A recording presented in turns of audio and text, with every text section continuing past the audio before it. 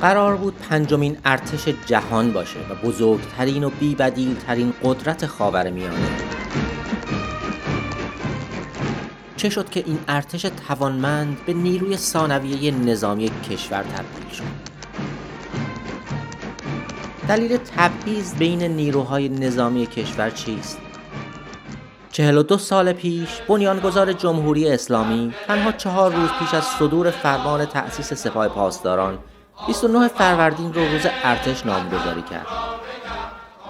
تا بدین وسیله ارتشی که بسیاری از درجه‌داران و نیروهای میانیش یا اعدام شده بودند یا پاکسازی و بازخرید، در میون مخالفت برخی از گروه‌های انقلابی اجازه فعالیت پیدا کنند.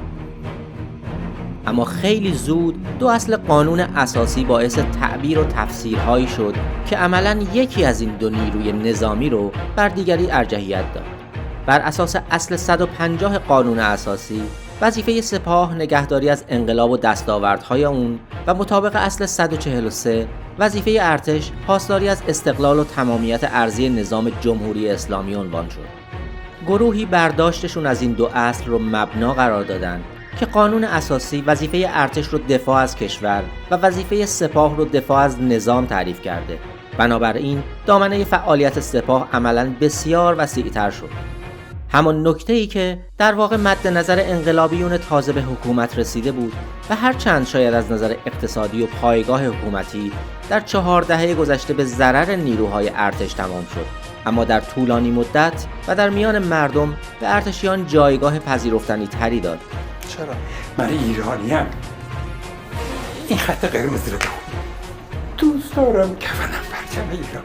جایگاهی که باعث شد تا سالها بعد از انقلاب و جنگ ارتشیان بتونن از موقعیت و عملکردشون در بسیاری از بزنگاه‌ها دفاع کنن. 45 روز مونده به جنگ، استاندار خوزستان 19 نفر افسر ارشد رو در میدان صبحگاه لشکر 92 زرهی اهواز اعدام میکنه. استاندار آقای محمد قرضی. بله.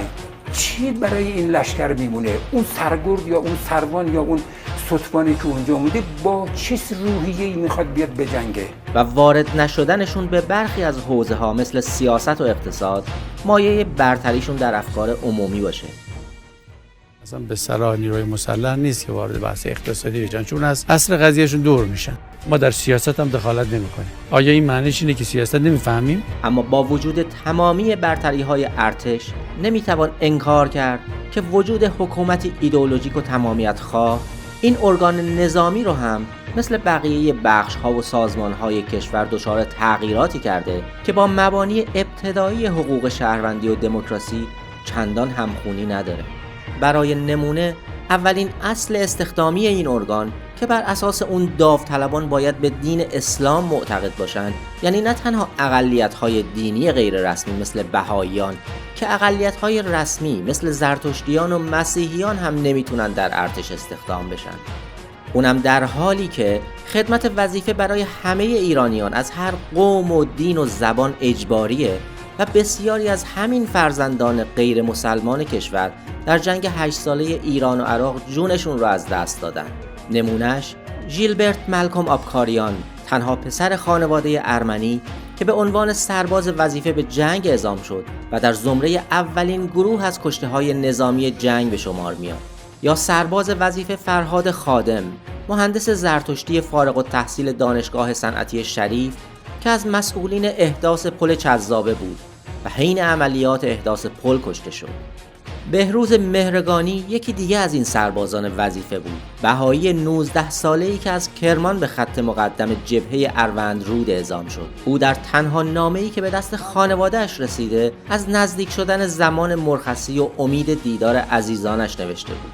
اقلیت‌های دینی که کشته شدنشون به عنوان سرباز وظیفه در راه حفظ تمامیت ارضی کشور بی‌اشکاله، اما استخدامشون به عنوان پرسنل کادر ارتش ممکن نیست. و آیا این چیزی بجز تبعیض و بی‌عدالتیه؟ اونم در حق انسان‌هایی که جدعاً در جد زاده همون آب و خاکن؟ بعضی از مردم میگفتن شما دیگه چرا؟ مگه من عضوی از ایران نیستم؟ مگه من جزئی از این مملکت نیستم؟ رزمندگان صف به صف راهی جبهه‌های نبرد می‌شوند بیان که دین و نژاد و قوم و رنگ آنها را از هم جدا کند.